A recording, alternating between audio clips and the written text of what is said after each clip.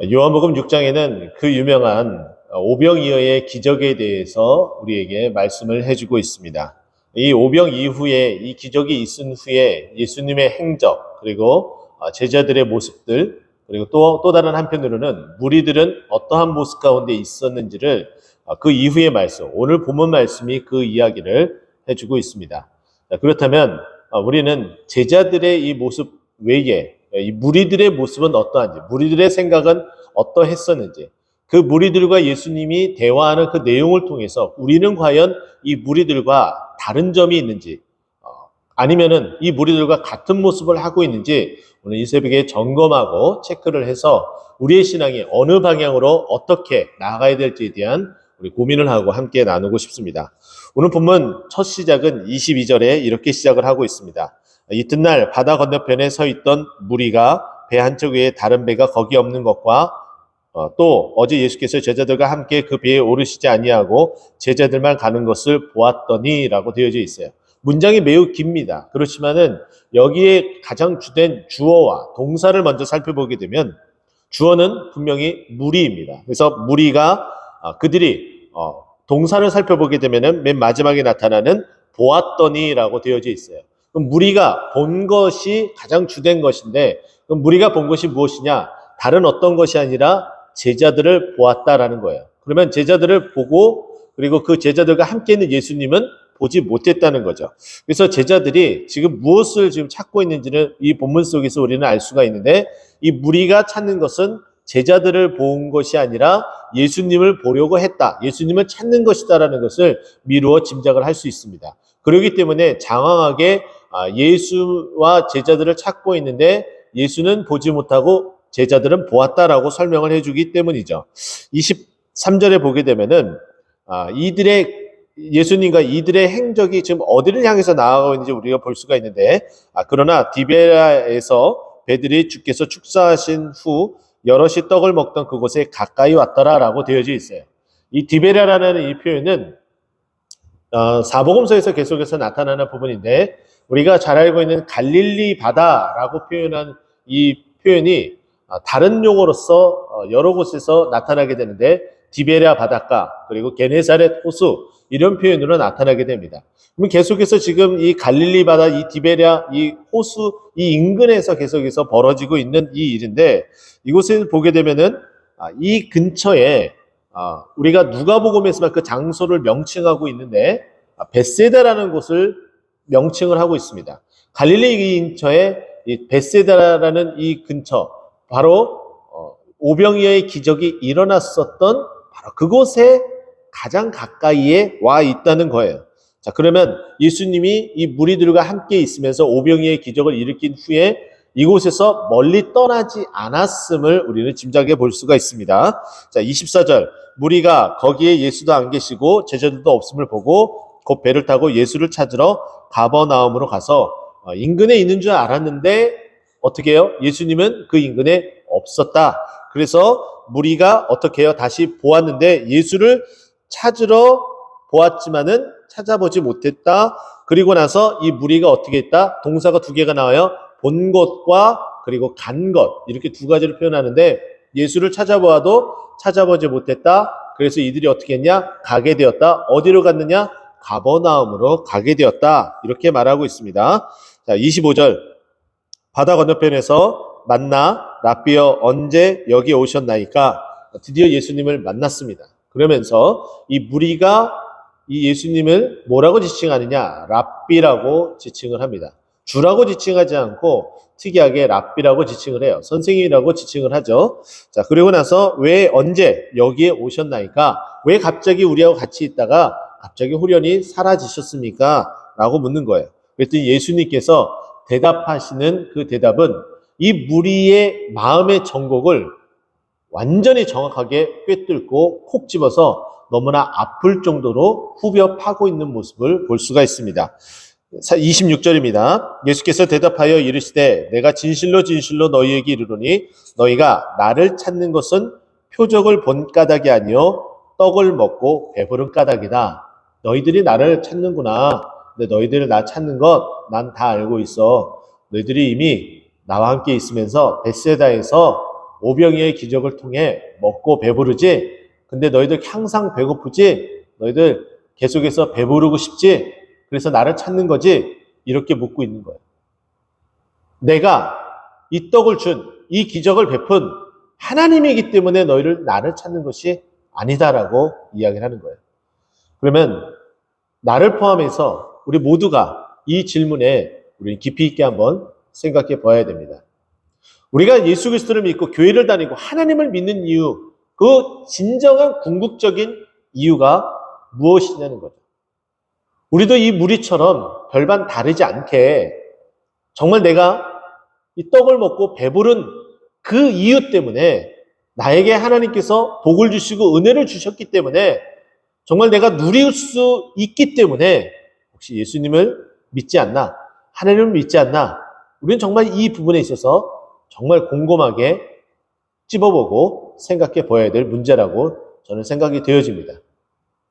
하나님은 복의 근원이세요.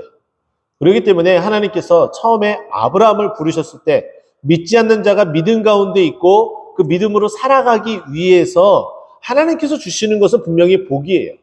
그래서 창세기 12장 2절 말씀을 보게 돼도 하나님께서 아브라함을 부르실 때 내가 큰 민족을 이루고 복을 주어 내 이름을 창대하게 하리니 너는 복이 될지라. 창세기 12장 2절에 분명하게 이렇게 말씀하셨어요. 그럼 이 복을 주는 이 주체가 누구냐? 바로 하나님이신데, 이 말씀하신 분이 하나님이신데, 이 하나님에 대한 이 표현을 디모데전서 6장 15절은 이렇게 표현을 합니다. 하나님은 복되시고 유일하신 주권자이시며. 지금 사도 바울은 하나님을 어떻게 디모데에게 말하고 있느냐? 하나님은 복되시고 유일하신 주권자시다. 근데 이 성경을 현대인의 성경의 번역을 보게 되면은 이 부분이 조금 같은 의미이지만은 우리가 조금 더 금방 봤었던 이 말씀과 정말 유사하게 확 닿을 수 있도록 그렇게 번역을 해놨습니다. 제가 읽어드리면 이렇습니다. 하나님은 복의 근원 되시고 라고 되어져 있어요. 하나님은 복의 근원이시기 때문에 우리가 하나님을 믿으면 복 받는 건 너무나 당연해요. 근데 우리가 정말 하나님을 믿는 궁극적인 이유와 그 목적이 복이 되어서는 안 된다는 거예요. 이것은 당연히 부수적으로 따라오는 것과 같이 우리에게 자동적으로 주어지는 것이지 우리가 진정으로 생각하고 우리가 예수를 믿고 하나님을 믿는 그 이유는 그것이 아니라 참 하나님이시기 때문에 믿어야 된다라고 말씀하고 싶은 거예요. 그래서 너희가 나를 찾아야 되는 이유는 표적을 본 까닭이어야 된다. 근데 이 표적을 통해서 내가 너희에게 주고 싶은 것은 진정한 복이 아니라 배부름이 아니라 무엇이냐? 영생이다라고 예수님은 말씀해 주고 싶었어요. 그래서 27절의 말씀이 중요한데요. 썩을 양식을 위하여 일하지 말고 영생하도록 있는 양식을 위하여 하라. 지금 대비가 되고 있죠. 썩을 양식이라고 표현한 것은 떡을 먹고 배부른 까닭이다. 그 떡, 복, 우리가 바라고 있는 물질, 이 부분을 썩을 것으로 지칭을 합니다. 자, 그러나 반면에 영생하도록 있는 양식, 이것은 무엇과 대비하느냐? 바로 윗절에 나타나는 표적을 본 까닭, 하나님, 참 신, 그 하나님은 영생하도록 있는 양식이다. 이 이야기를 비교를 하면서 우리에게 말씀하고 있어요. 그러면서 이 양식은 인자가 너희에게 주리니 인자는 아버지께서 인치신 자니라. 내가 바로 그 신이다 라고 이야기를 해주는데 그 신이라는 것을 인정해 주는 것, 확실하게 인정해 주는 것, 도장, 인을 친다고 하죠. 그 인정해 주는 것은 하나님이시다.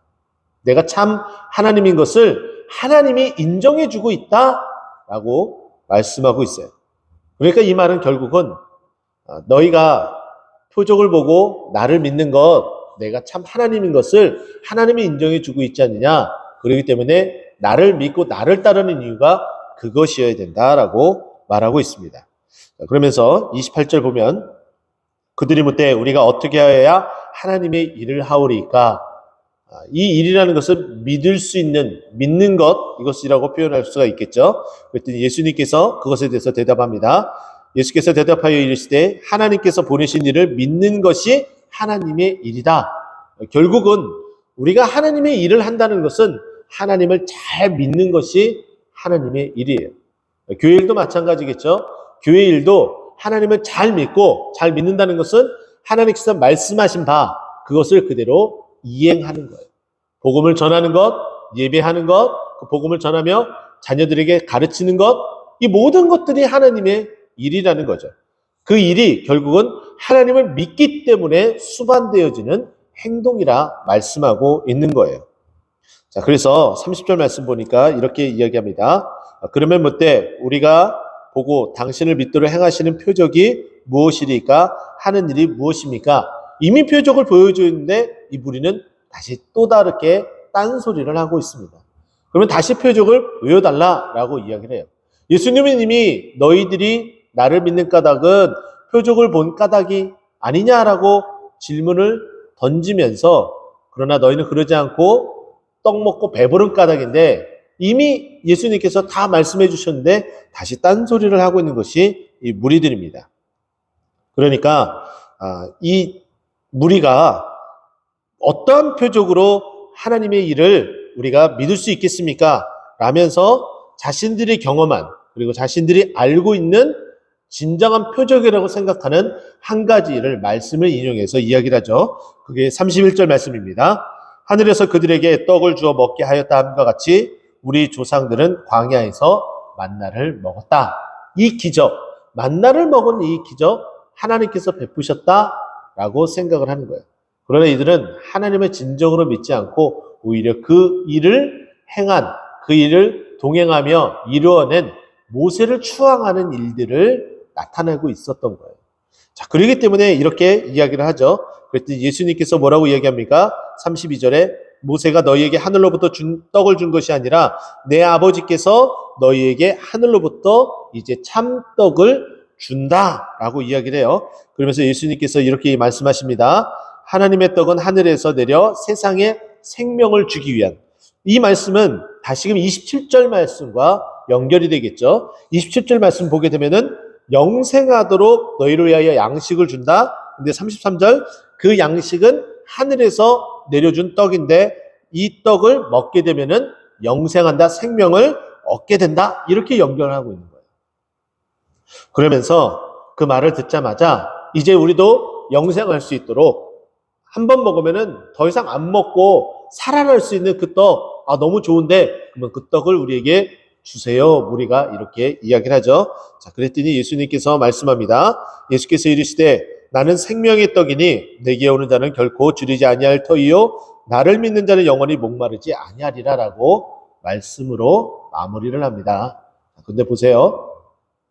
예수님께서 이 요한복음의 계속해서 나는 누구누구이다. 제가 일전에도 말씀드렸던 것처럼 이것은 헬라어로 에고에임이 나는 누구누구이다 이런 표현이에요. 나는 생명의 떡이다 이렇게 표현하고 있죠. 근데 이것은 이 에고에임이란 헬라어의 이 표현은 히브리어 성경의 아도나이, 나는 스스로 있는 자다, 이 표현을 헬라어로 번역하면 에고에임이라는 거예요.